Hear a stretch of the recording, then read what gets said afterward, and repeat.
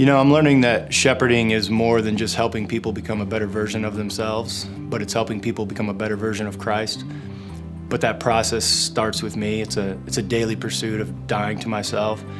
And only out of that can I then begin to shepherd people out of the overflow of what God is doing in my own life. One of the greatest insights and encouragements for me from this series was just the greater call to shepherding than leadership.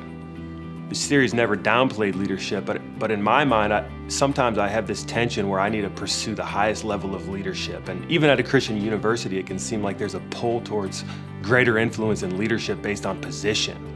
But when you look at it through the lens of a shepherd cares more about using things to build people rather than using people to build things, and just the focus on the heart of the people around you.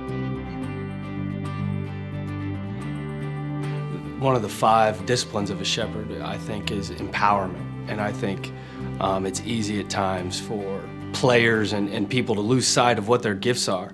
And so I think as a shepherd, the ability to empower someone to operate out of the gifts that God has given them to fulfill his call. I think shepherding has taken on a different context for different players. Right now we've got a player who meets with us once a week in the locker room, and we just pray together, and we're just praying for our teammates, but also praying for what God is going to do in his life next. I think the goal is that next year he can then begin to shepherd somebody else. It could mean that we go on a mission trip down the Dominican Republic and we see our team come together as we serve other people. It changes and it varies depending on the context of each player. One of the things that Pastor Steve talked about was trusting your sheep to hear from God. Sometimes I put so much pressure on myself that I have to go in and learn what does this person need from God, but to really empower someone else to hear from God and to train them to be self-feeders and to want to learn from God themselves, and just the greater power that has for people to become more like Christ was really impactful for me.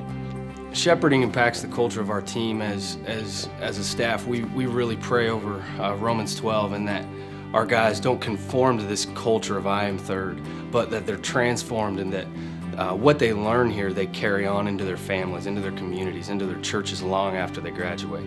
And so shepherding, it goes much deeper than what they're battling with now. It's more, what kind of habits are we helping them form? It goes back to that question that I continue to ask myself, because if I really do love shepherding more than I love winning, then the focus that I have as a coach is on the hearts and minds of my student athletes rather than on winning. So it's a daily pursuit of the hearts and minds of those that God has placed within the sphere of my influence.